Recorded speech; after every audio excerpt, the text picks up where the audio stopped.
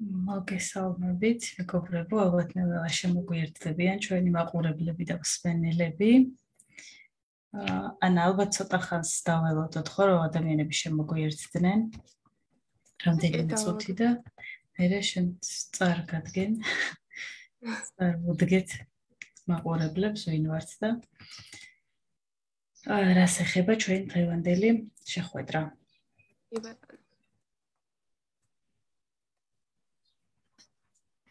მოგეთ შემოგვიერთდებიან, რადგან დასვენების დღე არის კი ესეთი პერიოდია დღის მონაკვეთი შუა დღე, მაგრამ რადგან დასვენების დღე არის, ალბათ შეძლებენ ადამიანები, რომ შემოგვიერთდნენ.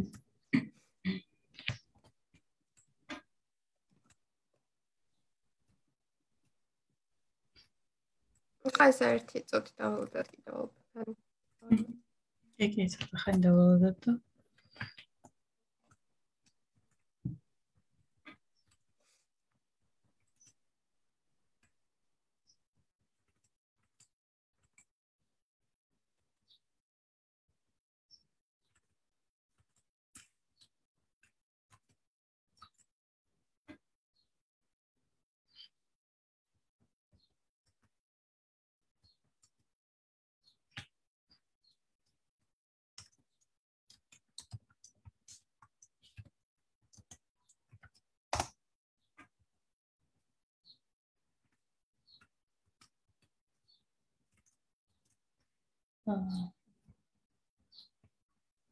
ალბათ ნელა შეგვიძლია რომ დავიწყოთ და ადამიანებიც შემოგვიერთდებიან. ნელა. მოგესალმებით კიდევ ერთხელ მეგობრებო, მე ვარ მარიამ მიქიაშვილი. ვარ ეხლა ჩვენი დღევანდელი შეხვედრის მიზნებისთვის რომ ვთქვათ, ვარ გაცვლითი პროგრამა Flex-ის, ანუ ეს არის მომავალ ლიდერთა გაცვლითი პროგრამის კურსდამთავრებული 2004-2005 წლების. დღეს მე გავუწევ დღევანდელ შეხვედრას მოდერაციას და ჩვენი სტუმარი არის ანა სიხაშვილი, რომელიც არის ასევე მომავალ ლიდერთა გაცვლითი პროგრამის 2017-2018 წლების კურსდამთავრებული. ასევე ანა არის თბილისის სახელმწიფო უნივერსიტეტის სოციალურ და პოლიტიკურ მეცნიერებათა ფაკულტეტის პირველი კურსის სტუდენტი.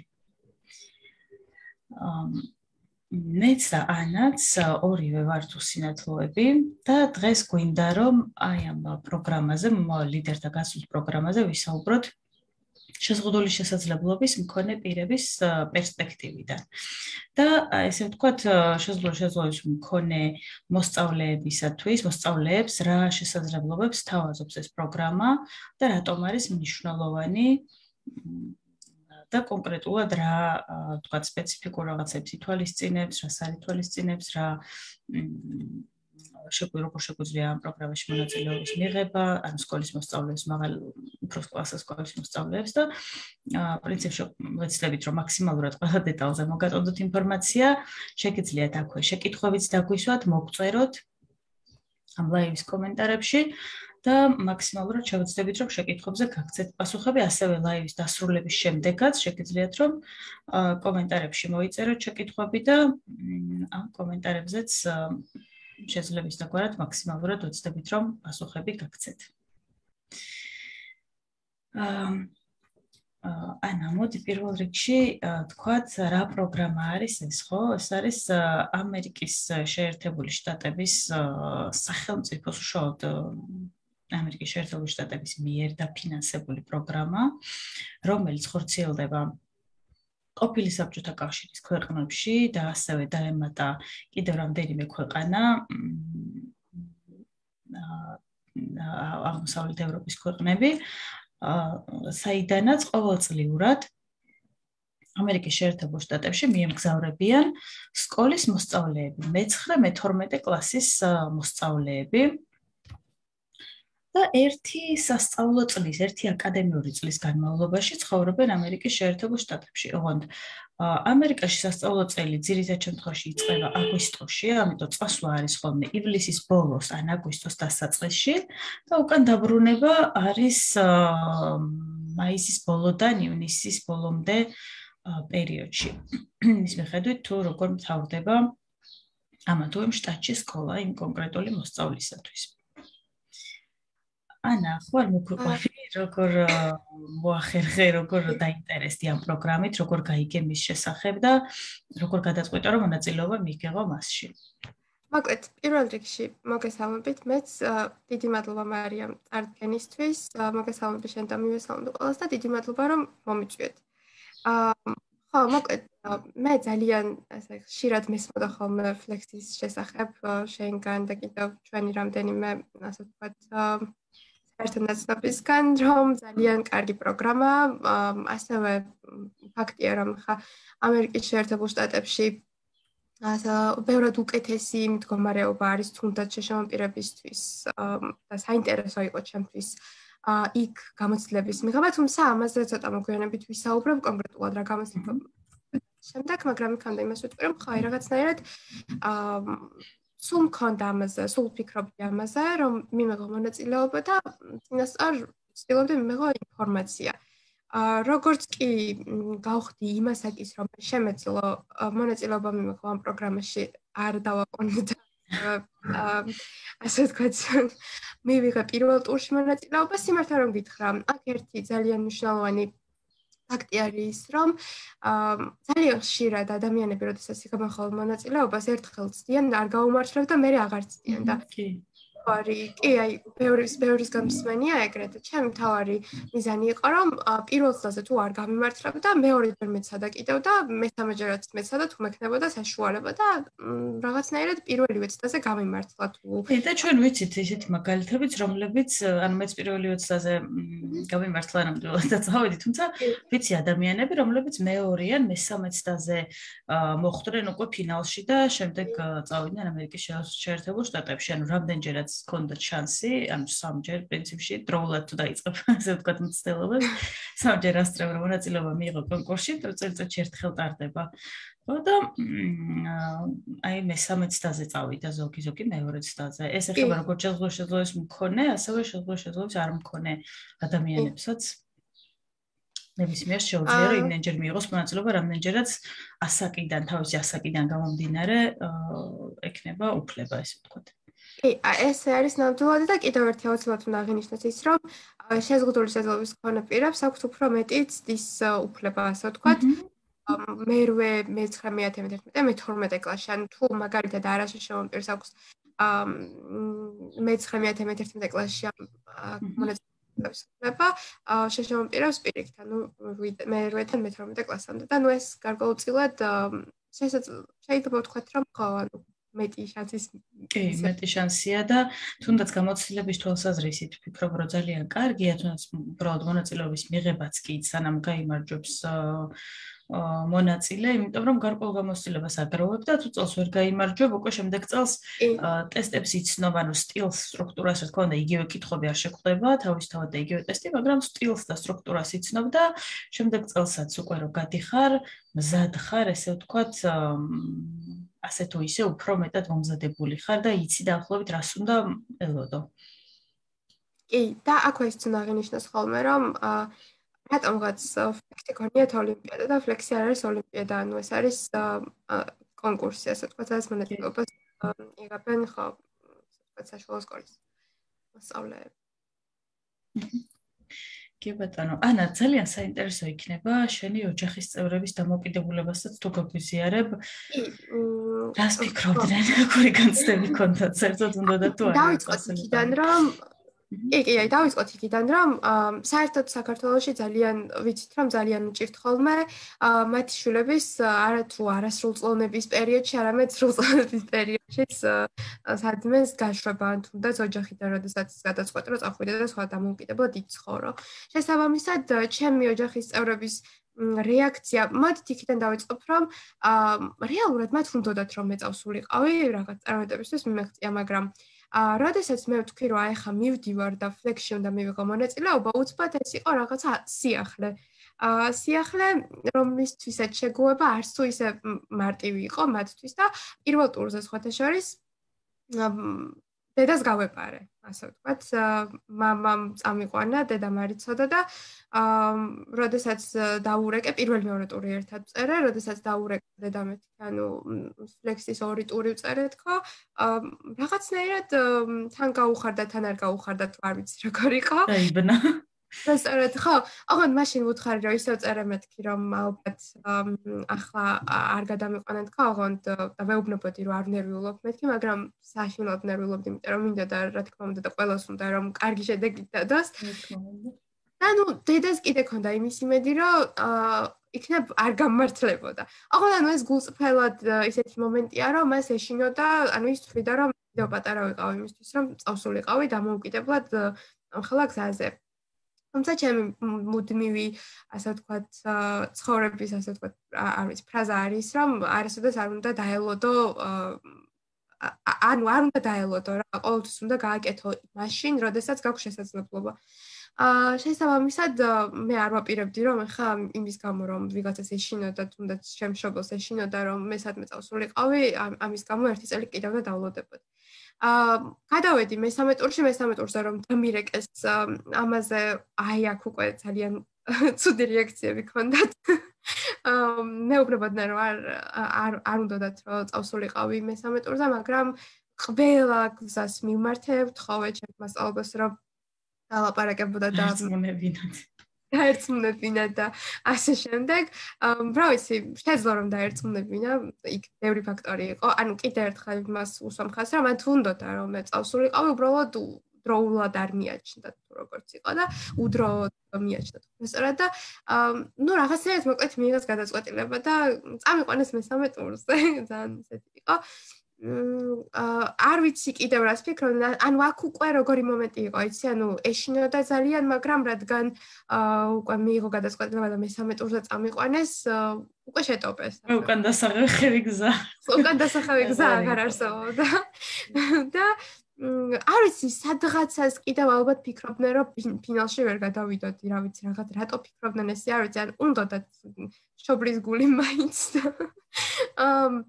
ფინალშიც გადავედი და აი აქ უკვე როგორი მომენტი იყო, იცი, აქ ცოტა რაღაც პერიოდი არ ვაღიარებდი, ხოლო მაგრამ რაც უკვე დრო გავიდა და სხვანაირად აღვქვა უკვე ამას მეც ვაღიარებ, მეც შევშინდი გულწრფელად და მე მგონი არ არსებობს ადამიანი, რომელიც არ შეშინდება. ფინალში რომ გადავედი, უკვე სხვა დამოკიდებულება გამიჩნდა, ანუ დავიწყე სხვა რაღაცებზე ფიქრი. ანუ მაგალითად მიწევდა ფაქტობრივად 1 წლის განმავლობაში მშობლების გარეშე ცხოვრება და როგორია ეხლა, ანუ 1 წელი შორდები ოჯახს. დართული არის მართლა. თუმცა გამომდინარე იქიდან, რომ მე უკვე ძალიან ბევრი ბარიერი მქონდა გადალახული და არ შეიძლებოდა უბრალოდ ჩემი მშობლებისთვის იმედი გამიცრუებინა იმ კუთხით, რომ ისინი მე დავარწმუნე. ამიტომ ჩემს თავს ძალიან ისე დავაძალე და გავძლიერდი და ხო, აუცილებლად წავსულიყავი და სხვათა შორის დღეს რომ საუბრობთ ხოლმე და რაღაცა და რომ ვეკითხები მეტყობოდა თუ არა ეს ნერვიულობა, ისაუბრდა რომ კი არ მეტყობდა პირიქით, ანუ ის ფიქრობდა თურმე რომ ჩემი მშობლები ფიქრობდნენ რომ თურმე მე ანუ ისეთი დამოკიდებულება მქონდა, ოღონდ წავსულიყავი და ეგრე არ იყო რეალურად. ძალიან მეშინოდა, მაგრამ აი ოღონდ წავსულიყავი არ იყო რა, ნამდვილად. აი ჩემ შემთხვევაშიც მეც ჩემს გამოცდილებაზე მოვყვები ცოტას. ჩემ შემთხვევაში საკმაოდ ეშინოდა, თუმცა იაზრებდნენ იმის მნიშვნელობას, რომ როგორი კარგი იქნებოდა ჩემთვის და რამხელა შანსს მომცემდა ესე ვთქვა ცხოვრებაში ეს მარტო წასვლა და აი სრულიად აქედან გამომდინარე მიიღეს ის გადაწყვეტილება, რომ წავეყვანე, ძირითადად მამა დავყვებოდა მეც ტურებზე. თუმცა ძალიან ეშინოდა ნამდვილად. და აი ბოლო მომენტამდე მე მგონი გულის სიღრმეში არ იყვნენ დარწმუნებულები რომ გავიმარჯვებდი, მე მქონდა რაღაცნაირად აი თავიდანვე ეს განწყობა რომ აი რადგან დავიწყე ახლა მონაწილეობის მიღება, მე აუცილებლად გავიმარჯვებ და ბოლომდე გავალ. აი ოღონდ ეს იყო აბსოლუტურად არაფრიდან მოსული, ეს არ იყო ის რომ მე ძალიან კარგად დავწერე თქვათ ტესტი, ან მჯეროდა რომ ნამდვილად არაფერი შემშლი არ რაღაც, არა, აი უბრალოდ რაღაც შინაგანი განწყობა და მოლოდინი იმისა რომ მე აუცილებლად გავიმარჯვებდი ამ ფლექს პროგრამაში და წავიდოდი ამერიკაში 1 წლით და აი დღემდე მჯერა ზოგადად ცხოვრებაში რომ ჩვენი განწყობები და მოლოდინები ძალიან ბევრ რამეს განაპირობებს ჩვენს ცხოვრებაში. კი, რა თქმა უნდა, ანუ мотиваცია უფრო გიმალდება და ორიენტირებული ხარ იმაზე, რომ საკუთარ თავს თუნდაც იმედები არ გაუცრო. კი, და მაქსიმალურად ავლენ შენს შესაძლებლობებს. რა თქმა უნდა, ეგრეა ნამდვილად. და მიუხედავად იმისა, რომ მე რაღაც ესე ვიყავი განწყობილი, რომ ეს რაღაც, ანუ იდეაში ამას ვამბობდი, რომ მოლოდინები არ მაქვს მეთქი, თორე მახსოვს ახლა სხვათა შორის Facebook-ი ძალიან კარგი არის მაგისთვის, რა ჩემ პოსტებს რომ ნახულობ, ეს მეგობრში. ისეთი პოსტები მქონდა, სიახლე მინდა და რაღაც ანუ ეგეთი პოსტები, რომ ანუ ფაქტია, რომ რაღაცის მოლოდინში ვიყავ. მოლოდინი გქონდა. მოკლედ, ეხლა მოდი მოვუყვეთ რა ხდება უშუალოდ ტურებზე. რას მოიცავს ეს 3 ტური, თითოეული მათგანი რას მოიცავს და იმასაც ალბათ უნდა გავუსვათ ხაზი, რომ ეს არ არის ინგლისური ენის შემამოწმებელი კონკურსი. რა თქმა უნდა, გარკვეულწილად, გარკვეულ დონეზე ამოწმებს ინგლისურ ენასაც, თუმცა ეს არ არის უშუალოდ ინგლისური ენის კონკურსი. აქ იმაზე ბევრად მეტი რამ მოწმდება და ბევრად უფრო მნიშვნელოვანია ადამიანის პიროვნული ღირებულებები და უნარჩვევები, ვიდრე მხოლოდ ინგლისური ენა. ინგლისურ ენას, რა თქმა უნდა, გარკვეული მნიშვნელობა ენიჭება თავისთავად, იმიტომ რომ ერთი წლის განმავლობაში ადამიანს უწევს, რომ მხოლოდ ინგლისურ ენაზე ისაუბროს სკოლაში, სახლში, ქუჩაში, ყველგან. მაგრამ ეს არ არის უშუალოდ მხოლოდ ინგლისური ენის კონკურსი და ასევე აქვე ვიტყვი ალბათ, რომ ისეთი ადამიანებიც კი გადიან ხოლმე ფინალში, ვისი ინგლისურის დონეც არც თუ ისე სახარბიელოა და არსებობს ამისთვის სპეციალური ერთთვიანი კურსები ამერიკის შეერთებულ შტატებში გამგზავრებამდე, სადაც იკრიბებიან ფინალისტები, ოღონდ მხოლოდ ის ფინალისტები, ვინც ინგლისური ძალიან კარგად არიცის, შესაძლოა თქვენი ფინალისტები, რომელთაც ინგლისური არც ისე კარგად იციან და ის ერთი თვე ემსახურება იმას, რომ მათ ინგლისური ენა გაიუმჯობესონ. ბევრი სხვა უნარის განვითარებაზეც არის მიმართული და ორიენტირებული, მაგრამ თავარი ესე თქვა სამიზნე, მაინც არის ის, რომ ინგლისურ ენას იუმჯობესონ. თუ ზოგადად ეწეღან როგორც ვთქვით, რომ ივლისის ბოლოს ან აგვისტოს დასაწყისში არის ხოლმე გამგზავრება ამერიკაში. ამ შემთხვევაში, როდესაც ინგლისური ენის კურსზეც უნდა წავიდეს ადამიანი, მიემგზავრება დაახლოებით ივნისის ბოლოს, ივნისის რაღაც ბოლო კვირაში დაახლოებით. ერთთვიანი ინგლისური ენის კურსზე სწრება და შემდეგ უკვე მიდის იქიდან ამერიკის შეერთებულ შტატებში. მე ეს ბედნიერება სამწუხაროდ არ მქონია, იმიტომ რომ ჩემ დროს ამ 2005 წელს ჯერ კიდევ არ იყო დანერგილი ეს ინგლისური ენის გასაუმჯობესებელი კურსი, თუმცა ძალიან დარწმუნებული ვარ, რომ ჩემი მაშინდელი ინგლისური ენის ცოდნით აუცილებლად მოვხვდებოდი ამ კურსზე. იმიტომ რომ ნამდვილად არ ვიცოდი ისე კარგად, მაგრამ არ იყო და შესაბამისად ვერ მოვხვდი. მე მქონია ეგ ბედნიერება და მართლა ბედნიერება არის გეთანხმები, ანუ არ ვიცი, საერთოდ სხვა სამყაროში ხვდები უცბად. თუმცა მაგაზეც დავიწყო ხო ეს ტურებზე. კი, მოდი ტურებზე და მე მივყვეთ გადავიდეთ მაგაზეც კურსზე. კი, მოკლედ, როგორც უკვე ახსენე, 3 ტურია სულ, პირველ ტურში და ხო, აუცილებლად უნდა აღვნიშნო ის, რომ აი მაგალითად, როდესაც ხდება უსინათლო ადამიანი, აი ჩვენ შემთხვევაში ხო ბრაილის ტესტი ხდება იქ პირველ ტურში. მაქსიმალურად ცდილობენ, რომ ხელი შეგიწყონ და რაღაცა ისე ასე ვთქვათ, მოერგონ შენზე და ეს ძალიან სხვა შესაძლებლობის მქონე აპლიკანტების შემთხვევაში, ვთქვათ, ეტლის მოსარგებლე თუ არის აპლიკანტი, აუცილებლად ადაპტირებულ გარემოში ხდება ტესტირება, თუ სმენადაქვეითებულია აპლიკანტი, აუცილებლად ჟესტური ენის თარჯიმანი ესწრება მე გასაუბრებებს და ამ ტესტირების პროცესს რაღაცებს, რომ მოსწავლემან თავისუფლად და კომფორტულად იგრძნოს თავი ყველა კატეგორიის, ესე ვთქვათ, შესაძლებლობის მქონე პირებს, მათ საჭიროებებს უკმაყოფილებენ და ხო პასუხობენ ამ საჭიროებებს მაქსიმალურად კარგად. ოღონდ რა თქმა უნდა ვაცნობოთ, რომ ეს საჭიროებები გვაქვს. ნამდვილად. ხო, რა შეხება თვითონ ტურებს. პირველ ტურში არის ძალიან ისეთი მარტივი რამდენიმე, ასე ვთქვათ, კითხვა, რაც მოსული არის გრამატიკული ტესტი, იქ რაღაც ტექსტის გააზრება, ოღონდ არის უმარტივესი. მეორე ტურში მოდის. ხო, და რაც თავია, ეს არ არის რაღაცა ისეთი ტესტი, რომელიც ამოწმებს ჩვენს ინგლისურს ან რაღაცა, ხო? ან მართლა უმარტივესია და უბრალოდ ტექსტის გააზრებას გთხოვენ, თუ არ ვსწრებთ, ხო, ძალიან ცოტა გრამატიკა არის. მეორე ტურს, რაც შეეხება უკვე შემოდის ძალიან მნიშვნელოვანი ფაქტორი, ეს არის 3 ესე, ანუ 3 კითხვა მოდის და ამ 3 კითხვას უნდა ვუპასუხოთ პატარა ესეებით. ანუ ეს კითხვები ძირითადად ისე არის ფორმულირებული, რომ ჩვენი გამოცდილებიდან ან ჩვენი ცხოვრებისეული გამოცდილებით მოვუყვეთ და გამოვავლინოთ ჩვენი უნარჩვევები, ჩვენი ღირებულებები და ასე შემდეგ. რამდენად კონფლიქტურები ვართ პირობითად, რამდენად გვაქვს ლიდერული უნარჩვევები, რამდენად ვართ კომუნიკაბელურები და ასე შემდეგ. რა მიზანი გვაქვს, რატომ გვინდა წავიდეთ ამერიკაში და ასე შემდეგ. მესამე ტურს უკვე რაც შეეხება, ანუ მთავარ ესე ვთქვათ გავლენას ახდენს მეორე ტური, ხა ცოტა მე მგონი ისე გამოვდის დასპოილერებას ავით, მაგრამ ხო, ეგრე არის ფაქტობრივად, იმიტომ რომ აი იმ ესეების მიხედვით და იმ ღირებულებების მიხედვით, რასაც იმ მეორე ტურში იმ სამი ესეთი აჩვენებ, ფაქტობრივად ამით გარჩევენ, გარკვეულწილად მაინც. მესამე ტურს რაც შეეხება, მესამე ტურში არის უკვე ძალიან დიდი აპლიკაცია, სადაც ავსებ ყველაფერს, რაც შეგეხება, ასე ვთქვათ, ადამიანს, ანუ ეს არის ჯანმრთელობა, საჭიროებები, რა ვიცი, აი აბსოლუტურად ყველანაირი ინფორმაცია, მშობლის სახელი, გვარი, რა ვიცი, თუ ვინმე ყავს, მგონი სამართლებით რაღაც, ამასაც კი გადასტურებინებენ. ყველანაირი ინფორმაცია. ყველაფერს აბსოლუტურად. ხო, რა გვინდა, რა მიზნები გვაქვს, სხვადასხვა წერილს წერთ ჩვენს მომავალ ოჯახს. ვაფიქსირებთ, ანუ რა ინტერესს. ჩემი ყველაზე საყვარელი ნაწილი მაგ აპლიკაციის ეგ არის. წერილს როცა შენს მომავალ ოჯახს, რომელსაც არ იცნობ, მაგრამ შენ თავს აცნობ, შენს ოჯახს აცნობ, შენს ტრადიციებს, კულტურას, შენი ოჯახის ღირებულებებს და რაღაცნაირად მაგის საფუძველზე გირჩევენ მერე მასპინძელ ოჯახს, რაც აი მართლა ძალიან მნიშვნელოვანია, რომ კარგად წარმოაჩინო შენი რეალური თავი, იმიტომ რომ სხვა შემთხვევაში შეიძლება ისეთ ოჯახში აღმოჩნდე იქ თუ ტყუილებს ჩაწერე, რომელიც საერთოდ არ შეგეფერება.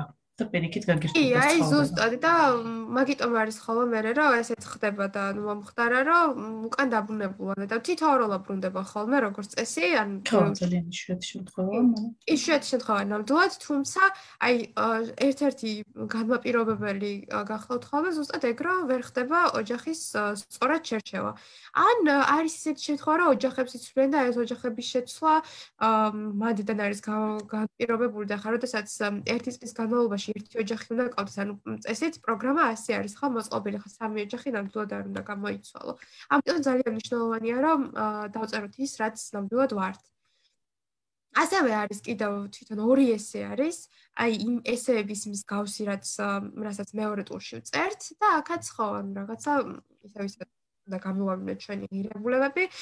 ჩემი აზრით, ცოტა ისე არის ალბათ, მაგრამ ალბათ იმასაც მიაქცევენ ყურადღებას, რამდენად დაემთხოვა ჩვენი ღირებულებები, რაც მაგალითად წინა ესეებში დავწერეთ და ახლა დავწერთ და მან მესამე ტურში დავწერთ და ასე შემდეგ. და ხო, კიდევ არის მესამე ტურში არის ეს ინგლისურის შემოწმებული, ანუ აქ უკვე გინდება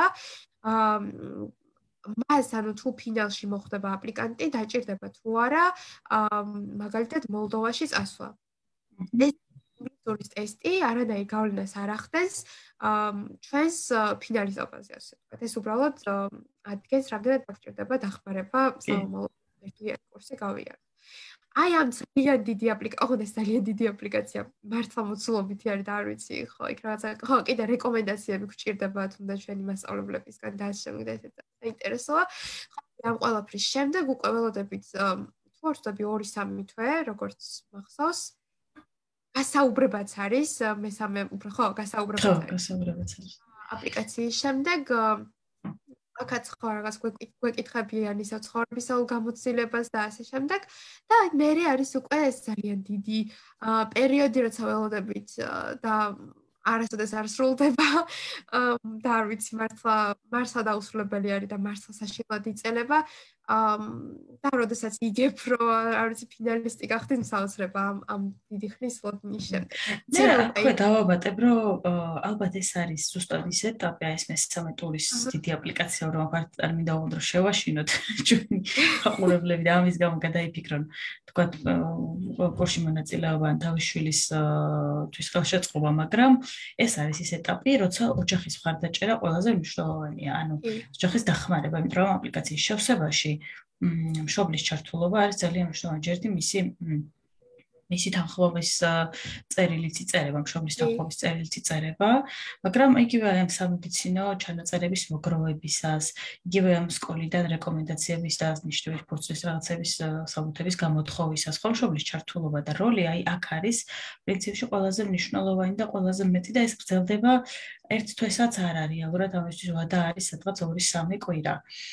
ხო, ანუ ეს არ არის თქვათ ისეთი ინტენსიური მოცულობითი საქმე, საშრომი, ესე ვთქვათ, რომელსაც ბოლო არ უჩანს და ძალიან რთულია. ესე ნამდვილად არ არის, თუმცა ну, რა თქმა უნდა, მობილიზებას და ჩართულობას მოითხოვს, იმიტომ რომ თუნდაც აი ისიც ძალიან მნიშვნელოვანია, რამდენად არის ამითიც, ესე ვთქვათ, ხვდებიან და ამოწმებენ, თუ რამდენად მართლა მონდომებული და დაინტერესებულია აპლიკანტი, უშუალოდ და ეს შესაძლოა თქვენი პირი იქნება თუ ვთქვათ მისი ოჯახის წევრები, რომ მანამ კონკურსში მონაწილეობა მიიღოს და რამდენად არის მათთვის ეს ნამდვილად პრიორიტეტული.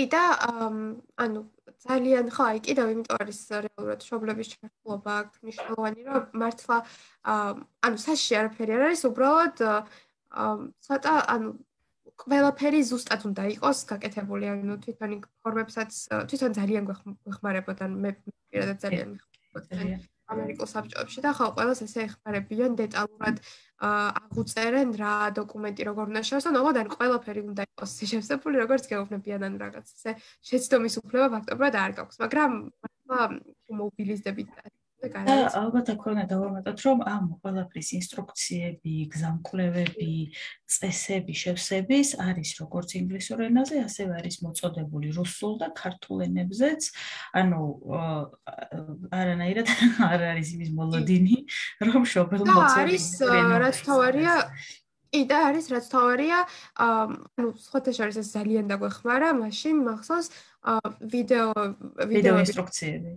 კი, აი როგორ უნდა შეავსო ზუსტად და ესეც ძალიან მნიშვნელოვანი არის ჩემთვის. კი, ესეც ნამდვილად ძალიან მნიშვნელოვანია და თვითონ ეს ამერიკული საბჭოების, ვინც ახდენს საქართველოში ამის ადმინისტრირებას, ფლექსი პროგრამის ადმინისტრირებას, მათი თანამშრომლების ჩართულობა აი ნამდვილად ფასდაუდებელია ხოლმე, იმიტომ რომ ძალიან აქტიურად არიან ჩართულები და ძალიან ეხმარებიან ყველა აპლიკანტს, განსაკუთრებით შესაძლოა მქონე აპლიკანტებს ძალიან ესე უჭერენ მხარს და აძლიერებენ და ეხმარებიან მთელი პროცესის განმავლობაში. ასევე იმასაც დავამატებ აქვე, რომ პირველი და მეორე ტურები არ ტარდება მხოლოდ თბილისში, ტარდება რეგიონებშიც, ანუ ისე არ არის, რომ ყველას თბილისში უწევს ამ ტურებისთვის ჩამოსვლა. პირიქით, უშუალოდ ამერიკული საბჭოების თანამშრომლები იდიან, მიემგზავრებიან რეგიონებში და იქვე ადგილზე ატარებენ ხოლმე კონკურსს. სექტემბრის ბოლოდან დაახლოებით ნოემბრის შუა რიცხვებამდე არის ხოლმე, ხო? ანუ ეს პირველი მეორე ტურები.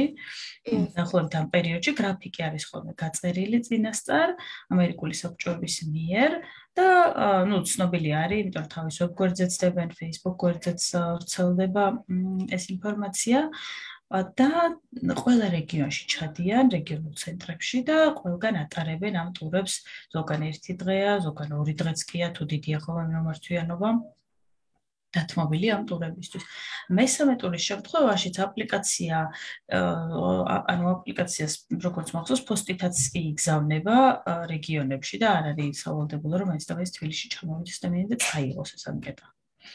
კი, ასე არის და აქვე იმასაც დავამატებ, რომ ანუ თუ მაგალითად თქვენ ან რა ვიცი, თქვენი შვილი გადაწყვეტს რომ მონაწილეობა მიიღოს, ყოველთვის გაითვალისწინეთ ის, რომ ნებისმიერი სკოლის დირექტორს აქვს ამასთან დაკავშირებით ინფორმაცია, როდის არის პირველი ტური, იმიტომ რომ ახლა როგორც მარიმ თქვა, თანაირად ხო, ინფორმირებულები ხართ ან როგორც ვებგვერდის საშუალებას, მაგრამ სათითაოდ აი მახსოვს მაგალითად მე როდესაც დავბრუნდი ალუმნები ვურეკავდით სათითაოდ ყველა რეგიონში დირექტორს კი და ვაცნობდით ინფორმაცია ზუსტად სად იქნებოდა მათ რეგიონში კონკრეტულად ირება და ასე შემდეგ, ასე რომ კი, როგორც საგამართლებლო რესურს ცენტრებს, ასევე სკოლებს აუცილებლად აქვთ ხოლმე ინფორმაცია ამის შესახებ, იმიტომ რომ ყოველთვის ხდება ამაზე ინფორმაციის მიწოდება. და თუ თვითონ არ მოგაწოდოს, შეგიძლიათ თქვენ მიმართოთ და გითხოთ. კი, რა თქმა უნდა, და ძალიან ხშირად უშუალოდ სკოლებშიც ტარდება ხოლმე პრეზენტაციები ფლექსის კურსდამთავრებულების მიერ. ტურებთან დაკავშირებით ალბათ ყურებთან დაკავშირებით იდეაში აქედან ხო ანუ ისეთი მე მგონი ყველანაირად დამოწურეთ ანუ ფინალში გადასვლის ეტაპი ნუ იდეაში აქ უკვე იწყება სხვადასხვა დოკუმენტების შეგროვება, როდესაც ფინალში გადავდივართ, უკვე ვემზადებით, იქ მაქსიმალურად გვაწვდიან, მე ყველაზე მეტად ის მომწონდა, რომ აი ჩასაცმელიც კი რა უნდა წაგვეღო, მაგასაც კი გვაწვდიდნენ ინფორმაციას. Რომ აი მაგალითად მე მახსოვს თუნდაც აი მაიუსაზე მე ვისაუბრობ, მაგრამ აი მაიუსაზეც მოვიდა ზუსტად რა უნდა გვსმო და რა უნდა წაგვეღო ტანსაცმელი რეკომენდაციები და ასე შემდეგ და ძალიან მნიშვნელოვანი არის ეგ ანუ მაქსიმალურად ინფორმირებული არის აპლიკანტი, როდესაც უბრალოდ ფინალისტი, როდესაც ის უკვე უნდა წავიდეს ამერიკაში. ასე რომ თუ ყველანაირი ინსტრუქციას მიყვებით ზედმიწევნით და კარგად, არაფერი არ გაგვიჭირდება რეალურად. ბატონო, ანა დაახლოებით 9 საათი დავრჩა, 9 საათი უკვე ამოვწურეთ.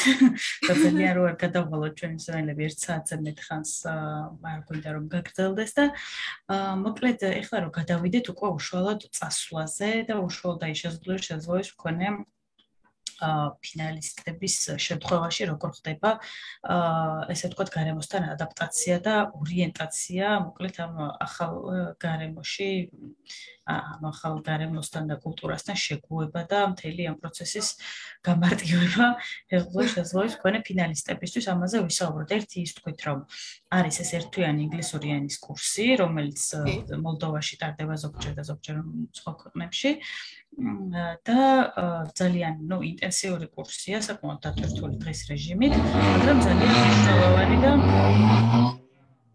საინტერესო ძალიან დიდი ბოდიში მგონი ჩემთან გაიარა გარეთ მანქანა მონწეშნი ხო ქონდა და ალბათ შემოვიდა ხმა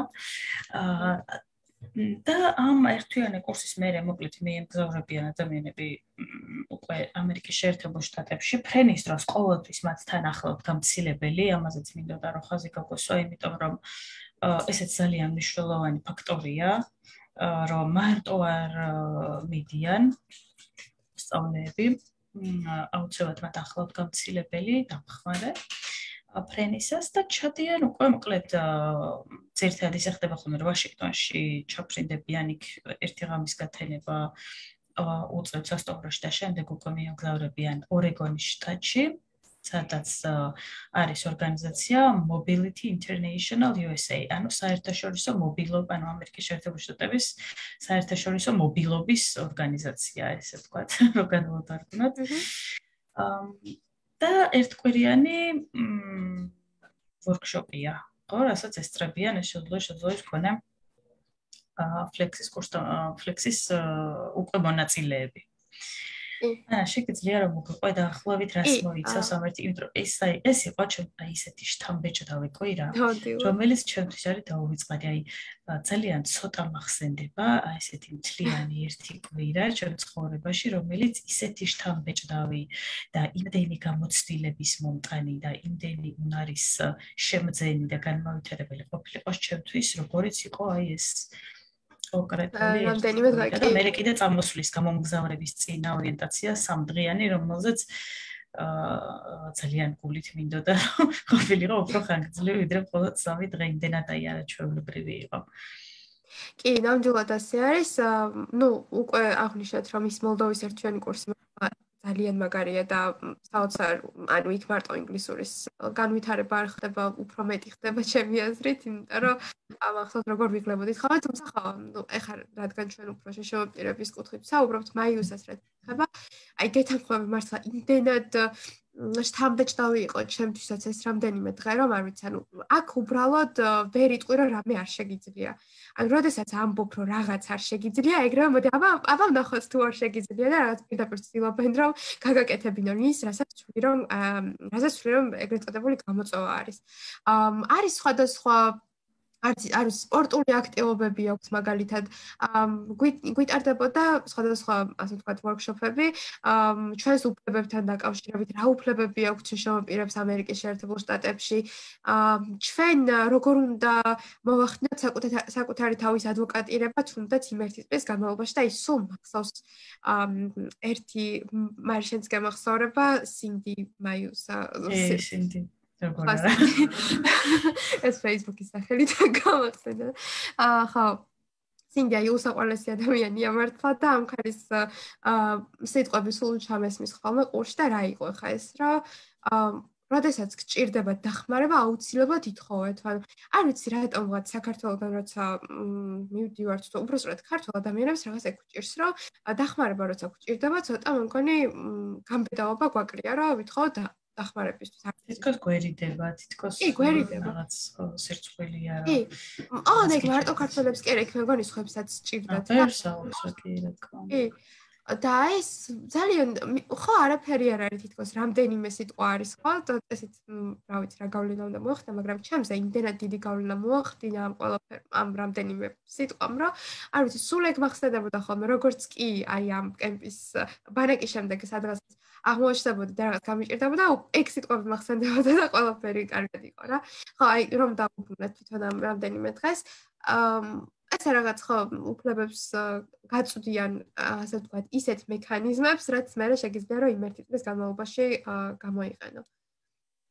ჩემთვის ყველაზე საინტერესო იყო მაგალითად ერთი მას გავახსენებ ვამბობდი რომ რაღაცა ველოსიპედის ტარება ძალიან მინდა თქვენ იმიტომ რომ მანამდე ვიდრე მაგალითად ხედავდი ვატარებდი ხოლმე და ნუ მას მე აღარ მიტარებია თქო რა მაგრამ მგონია რომ ვერ ვატარებთ და ნუ რას ლაპარაკობ როგორ ვერ ატარებოდა და მოსეს და რაღაც ძალიან საინტერესო იყო რა მოკლედ არ ვიცი ერთი დიდი თავგადასავალი არის ეს უნდა ნახოთ ანუ ამის მოყოლა ძართულია მგონი იმდენად დიდ ემოციებთან არის დაკავშირებული ეს მომენტი ნამდვილად შემთხვევაში იყო იმიტომ რომ ძალიან ისეთი იყო ან ძალიან ორიენტირებულები არიან ამ ერთი კვირის განმავლობაში იმაზე რომ ადამიანმა მაქსიმალურად გამოავლინოს საკუთარი შესაძლებლობები და ირწმუნოს საკუთარი თავის და საკუთარი უნარების და შესაძლებლობების და ყველაფერი ყველა აქტივობა მიმართულია იმისკენ რომ ადამიანმა ძალიან კარგად შეძლოს ესე ვთქვათ თავის აღმოჩენა და თავის შიგნით არსებული რაღაც დაფარული უნარების და დაძლიოს თავისი შიშები, რაც თავარია, იმიტომ რომ ჩვენ ნახამაგხსენებად განსაკუთრებით შეზღუდული საზოგადოების მქონე პირებს, ანუ გარკვეული, არ ვიცი, რაღაც გამოწვევები გვაქვს, თუნდაც რაღაცა სტერეოტიპებიდან გამომდინარე, რაც გვაქვს, ხო, ან საკუთარი თავის მიმართ, ან თუნდაც საზოგადოების წევრების მხრიდან და ასე შემდეგ, ამიტომ ძალიან მნიშვნელოვანი არის ასეთი აქტივობები, რომ დავძლიოთ თუნდაც აი ამ რაღაცა ასევე ვიტყვი რა ბაბლიდან გამოვიდეთ საკუთარი კომფორტის ზონიდან როგორც არის.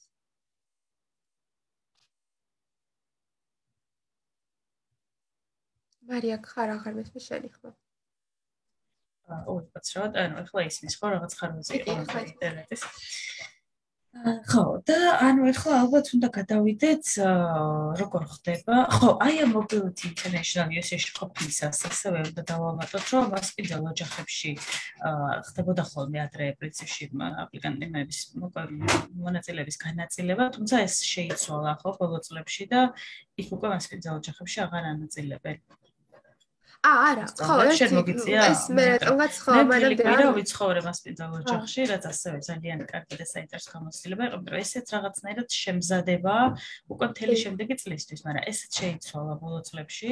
ეს შეიცვალა, მე არ ვიცი. ზოგ სტუდენტს ძალიან უჭირდა ტრანზიცია რა, ერთ ოჯახს რო გაიცნობდა, რაღაცნაირად ეჩვეოდნენ იმ ოჯახს, მე სხვა ოჯახში რო გადადიოდნენ უკვე თავიანთ ეს ვთქვათ ძირითად ოჯახში. სულ მოდიოდ ადარებდნენ ამ წინა ოჯახს და რაღაცნაირად ისეთი იყო ბევრისთვის არასასიამოვნო გამოცდილება იყო და ამიტომ ეს ამბავი შეცვალეს და ეხლა ის ერთი კვირა მე მგონი ცხოვრობენ უკვე საცხოვრობდი სასტუმროში. კი, ეს რაღაცა სასტუმრო იყო, სადაც ცხოვრობდით და სასტუმროც კი არა იცი როგორ რაღაც იყო, ეს რაღაცა უნივერსიტეტის დორმივით ვორდ ესე მახსოვს.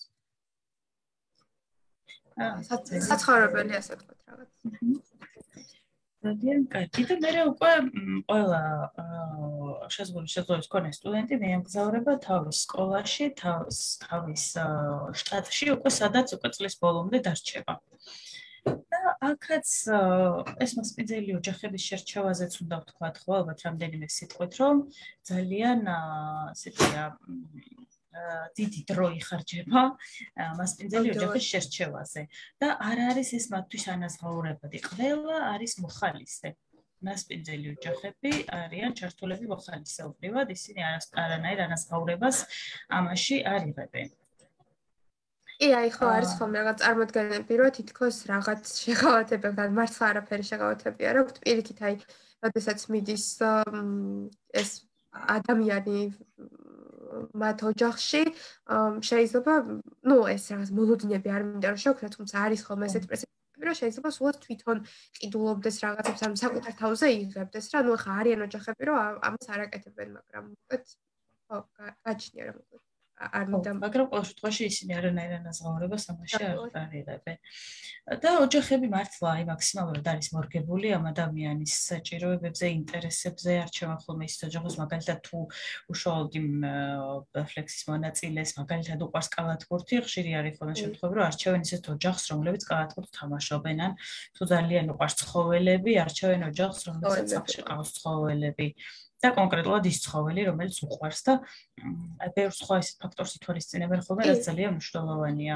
ჩემ შემთხვევაში გაითვალისწინა სხვათა შორის ეგ რა, ანუ მუსიკის მოყვარული ვარ, მეც უკრავ ფორტეპიანოზე და ეს რომ მქონდა მითითებული, ისეთ ოჯახში გამიშვეს, სადაც აბსოლუტურად ოჯახის ყველა წევრი იყო მუსიკასთან დაკავშირებული, ზოგი მაგალითად ჩელოზე უკრავდა, ზოგი არფაზე და ასე შემდეგ. საერთოდაც მუსიკის თერაპევტი იყო მასპინძელი დედა და ძალიან საინტერესო გამოცდილება იყო ჩემთვის სამკუთხედაც. ჩემ შემთხვევაშიც ჩემი მასპინძელი დედა მაგალითად მუშაობდა უსინათლო ბავშვთა სკოლაში. და ანუ ჩემი მასწავლებელი არ იყო, სხვა პატარა ან დაწყებით კლასებთან მუშაობდა, მაგრამ მოკლედ გამოცდილება ჰქონდა და ბევრი რამე იცოდა ძალიან და ძალიან მარტივი იყო, ესე ვთქვათ, ჩემთვისაც მასთან ურთიერთობა და მისთვისაც ჩემთან. კი, აი, მე სხვათა შორის, როდესაც აპლიკაციას ვავსებდი და ისედაც, როდესაც, გადავალ ხო უკვე გამოცდილებაზე, რაც მივიღეთ. ხო, აი, რადგან მე მქონდა მითითებული, რომ ჩემი ერთ-ერთი მთავარი მიზანი იყო მე ნახა თუ იქ როგორ ცხოვრობენ უსინათლო ადამიანები, გამოცდილება მიმეღო ამ კუთხით. ისეთ გარემოში მოვხვდი, სადაც ამის შესაძლებლობა მომეცა. თუნდაც ის რომ დავდიოდი უსინათლოთა სკოლაში, ასევე პარალელურად დავდიოდი საჯარო სკოლაში, ანუ რაღაც ნაწილი მქონდა გაკვეთილების უსინათლო სკოლაში, რაღაც ნაწილი საჯარო სკოლაში. ჩემი მასპინძელი დედაც სხვათა შორის ამ სკოლაში მუშაობდა. და ხო, რაღაც ისეთ თუნდაც ხო ეს რაღაც სახელმწიფო სერვისი, როგორ თქვა, უსინათლოების სახელმწიფო სერვისები თუ როგორ თქვია, ხსენებ ხა. ამათთანაც ჰქონდა კონტაქტი, ანუ კოორდინატორიც მაქსიმალურად მიწყობდა ხელს, რომ სულ მქონოდა შესაძლებლობა, რომ რაღაც შეხება მქონოდა უსინათლო ადამიანებთან და მიმეღო მაქსიმალური გამოცდილება და მართლა კარგი გამოცდილება მივიღე და არის რაღაცები, რაც მაგალითად აქაც წამოვიღე პირობითად გამოცდილების კუთხით თეორიულად, რა თქმა უნდა, და ვცდილობ, რომ პრაქტიკაში გადმოვიტანო. მოდი კოორდინატორზეც ვთქვათ რამდენიმე სიტყვით კარგია რომ ახსენე. თან ძალიან მნიშვნელოვანი რგოლია, ესე ვთქვათ, მთელი წლის განმავლობაში. ხო, კოორდინატორი ამას area representative როგორც არის. მოკლედ ეს ადამიანი ფაქტობრივად არის ასე ვთქვათ, პირი, რომელთანაც გვაქვს მუდმივად კონტაქტი, ის ამოწმებს, ანუ მაგალითად როგორ მიდის პროცესი, შეგუების პროცესი და ასე შემდეგ. და არის მომენტები, როდესაც მასთან მიყავხარ პირობითად რაღაც პატარ-პატარა ახსოვს მგონი ტრენინგით ჩაგვიტარა თუ არ ვწდები და ადაპტაციაში გეხმარება მაქსიმალურად თუ გაქვს პრობლემა. პირველ რიგში მონაწილე ელაპარაკება ჯერ ოჯახს, თუ უნდა რომ მოაგვაროს რაღაც პრობლემა, მაგრამ თუ ვერ აგვარებ პირობითად ოჯახთან აღნიშნულ პრობლემას, მიდიხარ უკვე კოორდინატორთან და ცდილობ რომ მასთან ერთად დაალაგო სიტუაცია. რა ვიცი, მარიამ კიდე თუ რამეს დავამატებ. ხო, არა, მე მაგალითად სულ რეგულარულად მხვდებოდა ხოლმე, სადღაც კვირაში ერთხელ თუ არა, ყველაზე ცუდ შემთხვევაში ორ კვირაში ერთხელ მაინც და განვიხილავდით, ანუ როგორ ბრძნობდით თავს, რა ხდებოდა, რამე სირთულეები ხარ მქონდა ოჯახშიც, სკოლაშიც, მეგობრებთან და ნებისმიერი პრობლემით, ნებისმიერი სირთულეში ეს არის ადამიანი, რომელსაც ყველა პრობლემით შეგიძლია მიმართო. ყველა შეკითხვით შეგიძლია მიმართო და ის არის ვალდებული, რომ ეს პრობლემები და გადაგიჭრას და მოგიგვაროს და ყველა კითხვაზე გაქცეს პასუხი და დაგაკავშიროს თვითონ არა აქვს პასუხები, დაგაკავშიროს შესაბამის ადამიანებთან. ამიტომ აი ყველაზე სანდო და ესეთი ადამიანი იყო ჩვენთვის, რომელთანაც ყველაზე გახსნილად და თამამად და თავისუფლად გრძნობდით თავს და შემეძლო ყველა საკითხზე მელაპარაკა, იმიტომ რომ ის იყო ჩვენთვის რაღაცნაირად დასაყრდენი და ძალიან მნიშვნელოვანი ადამიანი იმ ერთი წლის განმავლობაში. ასევე ალბათ ერთ-ერთი ძალიან მნიშვნელოვანი რაც არის ის რომ საჯარო სკოლებიც არის ამერიკის შეერთებულ შტატებში და არის ასევე სპეციალიზებული სკოლები და შტატებს შორის არის გარკვეული განსხვავებები სად მოხდება აქედან ჩასული ანუ საზღვარგარეთიდან ჩასული ერთი წლით სასწავლებლად ჩასული შესაძლოა გქონე პირი ხო შეიძლება ზოგ შემთხვევაში ხვდებიან ხოლმე სპეციალიზებულ სკოლაში, მე მაგალითად ვსწავლობდი საჯარო სკოლაში, თუმცა რაღაც გარკვეული გაკვეთილებები, მაგალითად კომპიუტერის გაკვეთილი მიტარდებოდა უსინათლოთა სკოლაში, ასევე რაღაც სპეციფიკური სხვადასხვა წრეები და აქტივობები და ასევე მე ვცხოვრობდი უსინათლოთა სკოლის საერთო საცხოვრებელში და შაბათ-კვირას მივდიოდი ხოლმე და ასევე ერთადეკების პერიოდში ოჯახში. ანა, შეშფოთში როგორ იყო და მე უკვე გადავიდეთ ალბათ რა წამოვიღეთ ამერიკიდან, რა გამოცდილება დავაგროვეთ და რა იყო მნიშვნელოვანი და ნელ-ნელა დასასრულისკენაც წავალთ. შეკითხვები რაღაც არ ჩანს და თუ შეკითხვები გაქვთ, გთხოვთ რომ მოგწეროთ ჩატში და მაქსიმალურად გიპასუხებთ. ჩემ შემთხვევაში თან დაახლოებით ეგრე იყო, ამ შემთხვევაში თავარს გადითვლებოდა უსინათლოთა სკოლა. როგორც წეგანაც ვახსენე, უსინათლოთა სკოლაში მქონდა რაღაც საგნები და ასევე მივდიოდი ხოლმე საჯარო სკოლაშიც, ვრჩებოდი მეც უსინათლოთა სკოლის საერთო საცხოვრებელში და ეს სხვადასხვა იყო ძალიან საინტერესო, ხო, და შაბათ-კვირას მივდიოდი ხოლმე ოჯახთან. ეს იყო ძალიან საინტერესო გამოცდილება, იმიტომ რომ ერთი არა მაგალითად ცდილობ შეეგუო ოჯახს, მაგრამ მეორე საკითხი არის კიდევ, რომ შერჩები და გაქვს შესაძლებლობა, ანუ უფრო მეტი შესაძლებლობა გეძლევა, რომ მიცხოვრო დამოუკიდებლად. და ფაქტობრივად, ჩემი მიზანი მაგალითად, რაც თუნდაც აპლიკაციაშიც ჰქონდა მითითებული და საერთოდ ყველაფერში, რაც კი ფექსთან იყო დაკავშირებული, ამას ვთქვი ხოლმე, იყო ეგ, რომ დამოუკიდებელი ცხოვრებისთვის საჭირო უნარჩვევები გამომემუშავებინა ამ ერთი წლის განმავლობაში.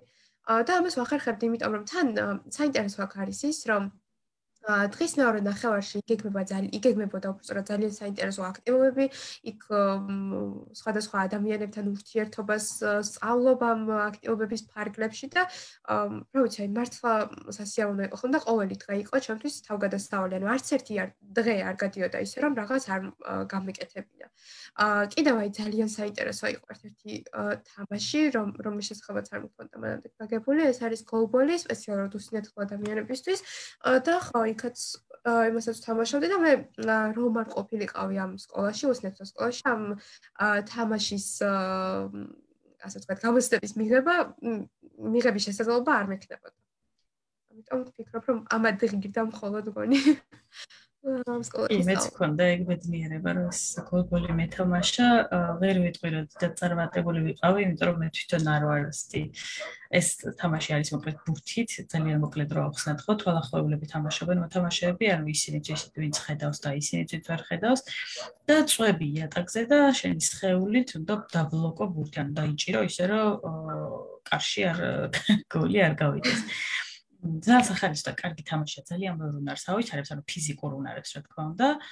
და მათ შორის ყურადღების კონცენტრაციისთვისაც ძალიან კარგია და მობილიზებისთვის და ბევრ რამისთვის, მაგრამ გუნდურობისთვისაც.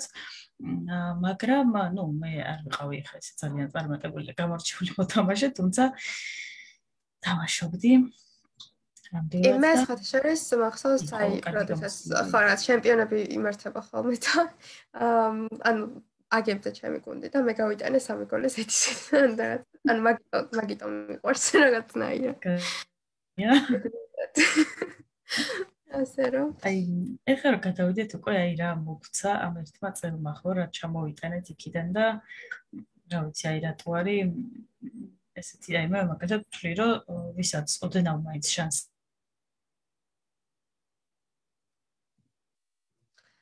მარი აღარ ისმის შენი ხმა და არ ვიცი ჩემი პრობლემა. და მიიღოს ეს ძალიან დიდი ცხოვრებისეული გამოცდილება.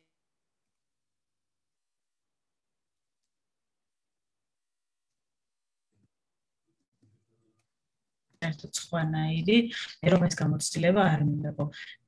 თუნდაც ისიც რომ არ ვიცი ანამდე დამეთახმები, მაგრამ აი საქართველოსაც კი თუნდაც აქაურ კულტურას, ჩვენს ტრადიციებს, ღირებულებებს საერთოდ სხვა კუთხით შევხედე, საერთოდ სხვანაირად დავინახე და აღვიქვი და სხვანაირად დავაფასე. ეს არ იყო ის, რომ უიმედე და ეხლა წავედი და გავგიჟდი ძალიან მომეწონა ეს ამერიკაში ყველაფერი, რაღაც აღფრთოვანდი და საერთოდ დამოიწოდა აქაური ყველაფერი. ეს ნამდვილად ჩემ შემთხვევაში ეს ნამდვილად არ ყოფილა პირიქით. ისწავლე განსხვავებულობის დაფასება, აი სხვადასხვა კულტურაში არსებული კარგი რაღაცების შემჩნევა და ასევე იმის დანახვა თუ ის რა აქვს ცუდი, ხო, ეხლა არ არსებობს ისეთი კულტურა და ისეთი ერი, რომელსაც რაღაცა ცუდი არ აქვს, ხო, ისევე როგორც ნებისმიერ ადამიანს აქვს თავის დადებითი და უარყოფითი მხარეები და საერთოდ სხვა რაც დავიწყე აი ამ დადებითი და უარყოფითი მხარეების შემჩნევა და დაფასება იმ სიკეთეების, რაც ყველა კულტურაში ზოგადად არის. კი, ნამდვილად ასე არის და აი ეგ ძალიან კარგი რაღაც თქვენ ხარ, მართ ახლა როდესაც ამერიკაზე ფიქრობენ ხოლმე ადამიანები, ან რატომაც აღიქვამენ, რომ ეს არის ზე სახელმწიფო და ზე არ ვიცი, ყველაფერი ზე. ანუ ეგრე არ არის, ყველაფერს აქვს თავისი პლუსი და მინუსი და ჩვენ მივდივართ, არ შეიძლება წინასწარ შევიქმნათ ისეთი მოლოდინები, რომ მე იმედები გაგვიცნუდეს. აი მე სხვათა შორის მაგ იმისათვის რომ რაღაც ისეთი განსაკუთრებული მოლოდინები არ მქონდა და ზუსტად მაგას ვაკეთებდი, რომ არ ვფიქრობდი საერთოდ, არ ეგეთი სტრატეგია მქონდა, რომ წინასწარ არ წარმომედგინა, როგორ ვიცხოვრობდი მე ამერიკაში, არ მინდოდა ამას. იმიტომ რომ მე იქ იმედები არ გამწრებოდა. ხო და რაც შეეხება ხა იმას თუ რა წამოვიღე მე იქიდან. ზუსტად საერთოდ ამ ერთმა წელმა მასწავლა, რომ ყველა ადამიანი არის განსხვავებული. და იქამდე თუ მაგალითად იმ დღეს რაღაც ასე ვთქვათ ესეთი გამოსვლა მქონდა პატარა და ზუსტად საუბრობდი შეშმო პირობაზე და როგორ აღვიქვამს საზოგადოება ჩვენ განსხვავებულად რომ თითქოს ისინი ყველა ერთნაირები არიან და ჩვენ კიდე სხვა საზოგადოების წევრები ვართ და ჩვენ სხვანაირები ვართ, ხო? აი მაგაზე საუბრობდი და ამერიკაში წასვლამდე მოკლედ რაღაცა მაინც თითქოს აი საზოგადოების დამოკიდებულებიდან გამომდინარე მეც ეგრე აღვიქვამდი რომ თითქოს განსხვავებული ვიყავი და არ და რეალურად ყველა განსხვავებული არის, ხო? მაგრამ ამერიკაში რომ წავედი მე დავინახე რომ ყველა ადამიანი არ აქვს ამას მნიშვნელობა, შეშმოპირი არა შეშმოპირი, ანუ ყველა აბსოლუტურად არის განსხვავებული და შეიძლება ვიღაცა მაგალითად ვერ ხედავდეს, ვიღაც ვერც ეკავდეს და ვიღაც რა ვიცი ვერ ხედავდეს, მაგრამ რაღაც ისეც აკეთებდეს, რაც სხვას არ შეუძლია და ასე შემდეგ. ანუ არ უნდა ახდენდეს რაღაც გარკვეული ფაქტორები ჩვენზე გავლენას, რომ მიუთითოთ ადამიანის განსხვავებულობაზე, იმიტომ რომ ჩვენც ისეთივე განსხვავებული ვართ. ანუ ეს ვისწავლე მთავარი და აი ყველაფერს მეც ზუსტად ეგრე, ანუ ყველაფერს ვუყურებ, რომ არის განსხვავებული, არაფერს, რაც ამერიკიდან დავბრუნდი, არაფერს არ ვაფასებ რადიკალურად. ანუ არ ვამბობ, რომ ეს არის ცუდი ან კარგი, ანუ ვამბობ, რომ ეს არის განსხვავებული და შეიძლება ამ განსხვავებულ რაღაცას ქონდეს თავისი პლუსი და მინუსი. და მთავარი რაც ამოვიღე არის ის, რომ ვნახე იქ როგორ ცხოვრობენ უსინათლო და ზოგადად შეშმო პირები, შეშმო ადამიანები და ეს მე მეხმარება დღეს იმაში, რომ როდესაც ვცდილობ სხვა ადამიანებს, ანუ ზოგადად შეშმო პირების ადვოკატირებას და მაგალითად ვითხოვთ, რომ ხელი შეგვიწყოს სახელმწიფომ დამოუკიდებელი ცხოვრებისთვის საჭირო, ასე ვთქვათ, მექანიზმები მოგვაწოდოს როგორც არის. მე ვიცი რა უნდა მოვითხოვო და ეგ არის მთავარი. ანუ თუ არ იცი რა უნდა მოითხოვო, ან თუ არ გაქვს ნანახი, უკეთესი ვერ მოითხოვ მას და შესაბამისად მე ვფიქრობ, რომ ჩვენ მოგვცა ამერიკაში ყოფნა ზუსტად ეგ, რომ ვიცით რა უნდა მოვითხოვოთ. ანუ ვიცით უკეთე. ხმები 100%, იმიტომ რომ ეს იყო ძალიან დიდი გარდატეხა ჩემთვისაც, რომ აი ეს სხვა კუთხით დავინახე ჩემი უფლებები, თუნდაც ჩემი საჭიროებები, თუნდაც ჩემი შესაძლებლობებიც და ლიმიტებიც, ხო, რომელიც ყველას გვაქვს. და ის ხვანაირად დავიწყე ამაზე ფიქრი.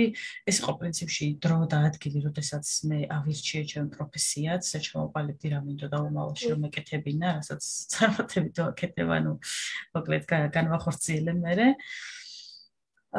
და აი არ ვიცი ძალიან საკუთარი თავი შეისწავლე ფაქტობრივად, ანუ ყველა მაგას ვაკეთებ. იდეაში საკუთარი თავი ვისწავლე, ანუ მე ვამბობ ხოლმე, რომ ამერიკამდე ჩემს თავს არ ვიცნობდი თქო, იმიტომ რომ აი როდესაც მარტო დავრჩი, აი საკუთარ თავთან რჩები, მარტო. კი, ყავს იქ რაღაც მასპინძელი ოჯახი, არ ვიცი, მასწავლებელი, ყველა ყავს ფაქტობრივად შეიძლება ის იმ პოზიციაზე ყოფი ადამიანები, რაც შეიძლება საქართველოში ყოლოდა, მაგრამ იქ მაინც მარტო ხარ. ანუ შენზე არის ყველაფერი დამოკიდებული, შენ და გააცნო, შენი თავი, შენი კულტურა და ასე შემდეგ და აი ამასობაში ძალიან იზრდები მე, აი ძალიან დიდ გარდატეხას ხედავ მეც ჩემ თავში ამერიკის შემდეგ. ძალიან გავიზარდე. ვამბობ ხოლმე რომ ერთ წელში 2 წლით გავიზარდე ან 3 წლით. კი, ზუსტად აი ნამდვილად ეგ განცდა მაქვს მეც და იგივე განცდა მაქვს ყველა სხვა ადამიანთან დაკავშირებით, ვინც მინახავს, ვისაც ვიცნობდი მანამდე და მე ვიცნობ იმის მერე რაც უკან დაბრუნდა. ანა, ნელ-ნელა უნდა დავასრულოთ, რამდენიმე წუთი ხა გრჩება. Mobility International USA-ზე, რომელიც თავიდანაც დავიწყოთ საუბარი მინდა რომ ორგანიზაციაზე კიდევ ერთხელ დავამახვილო ყურადღება, იმიტომ რომ პრაქტიკულად ეს ჩვენი დღევანდელი ვებინარი მათი თხოვნით კეთდება და ამ ორგანიზაციას აქვს იმის გარდა რომ ზოგადად ძალიან ბევრ ესეთ საერთაშორისო გაცვლით პროგრამას უჭერს მხარს და ეხმარება იგივე ამ სხვადასხვა ვორქშოპების მოწყობით, ასევე ამერიკიდან აგზავნიან საზღვარგარეთ შესაძლებლობის მქონე პირებს უწევთ არ აგზავნიან, მაგრამ სხვადასხვა პროგრამებით როდესაც მიდიან ეს ადამიანები ეხმარებიან სხვადასხვა გვარად უფრო საინფორმაციო ტიპის მხარდაჭერას თავაზობენ და ასევე სხვადასხვა ტიპის ტრეინინგებს, ვებინარებს, კონფერენციებს. ხოთი შორის აი mobility ბოდიში შეგაწყვეტი. არა. არა, უბრალოდ იმის დამატება, იმიტომ რომ წლის განმავლობაში ძალიან აქტიურად არიან ჩართულები იმ კუთხით, რომ ანუ რაღაცა მოწმობენ რამდენად კარგად გრძნობ თავს, რამდენად ადაპტირებულია გარემო.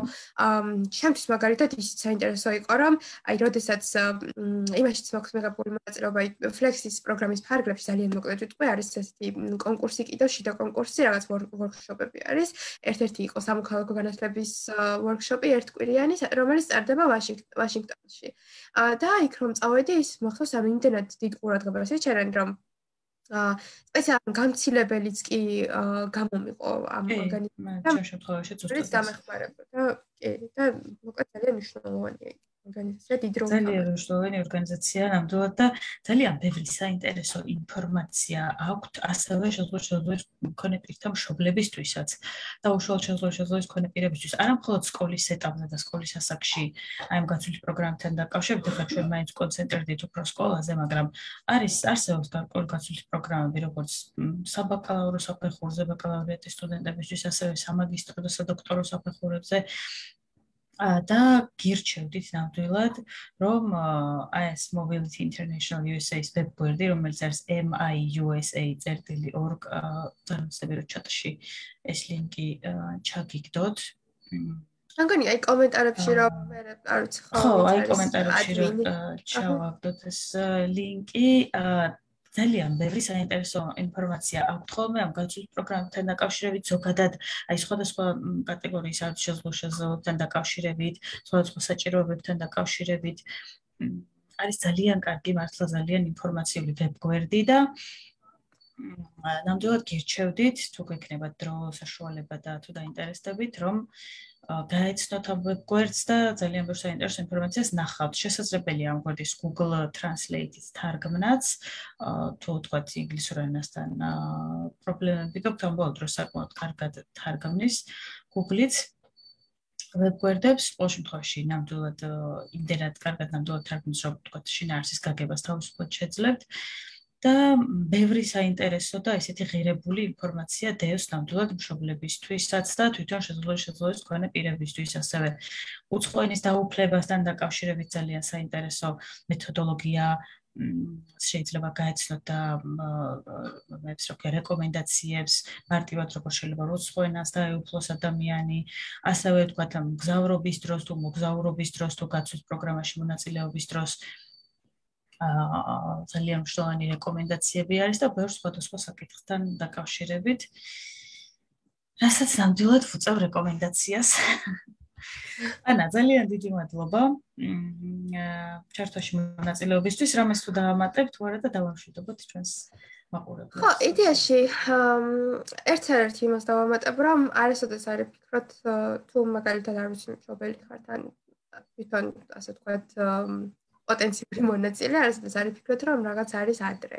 ანუ ყოველთვის გააკეთეთ, იმიტომ რომ შესაძლებელია ეს შესაძლებლობა მომდევნო წელს აღარ გქონდეთ და არ დაკარგოთ მოკლედ დრო. და არ იფიქროთ, რომ ეხლა მაგალითად იმის გამო, რომ მე ვარ შეზღუდული შესაძლებლობის მქონე პირი, რაღაცები გამიჭირდება. არა, პირიქით უფრო მეტი мотиваცია გქონდეთ და ფლექსშიც და რა ვიცი, ყველა დონეზე, ყველა კონკურსში მიიღეთ მონაწილეობა, იმიტომ რომ არასოდეს არ იცით რა შესაძლებლობას და რა, ასე ვთქვათ, ზრდას მოგიტანთ ის სამომავლოდ, ანუ ფაქტია, რომ უკეთესობისკენ მივდივართ. და ეს პირადად მე მაგალითად ფლექსის, იცი როგორ ვამბობ ხოლმე, რომ ფლექსის აჩრდილი სულ თანდავს, იმიტომ რომ დღემდე ვიყენებ იმ გამოცდილებას და დღემდე აი სახელი თუნდაც ფლექსელი რომ ვარ ძალიან მადგება და მოკლედ მნიშვნელოვანია რა. ამიტომ ერთ-ერთი მაგას დავამატებდი. მადლობა რომ მომიწვიეთ და მქონდა შესაძლებლობა ამ საინტერესო ინფორმაციის გაზიარებას. ძალიან დიდი მადლობა ანა, მადლობა ჩვენს მაყურებლებსა და მსმენელებს და დიდი მადლობა მშობლის ტიპს და მაკლიანის ასოციაციას ამ შესაძლებლობის მოსცემისთვის. სექტემბრის თვეში ყურადღებით იყავით ადრე თვალყური ამერიკული საბჭოების მიერ გამოცხადებულ ფლექსის კონკურსს და მიიღეთ მონაწილეობა. კარგად უზამდებოდეთ მომავალ შეხვედრამდე. ნახვამდის.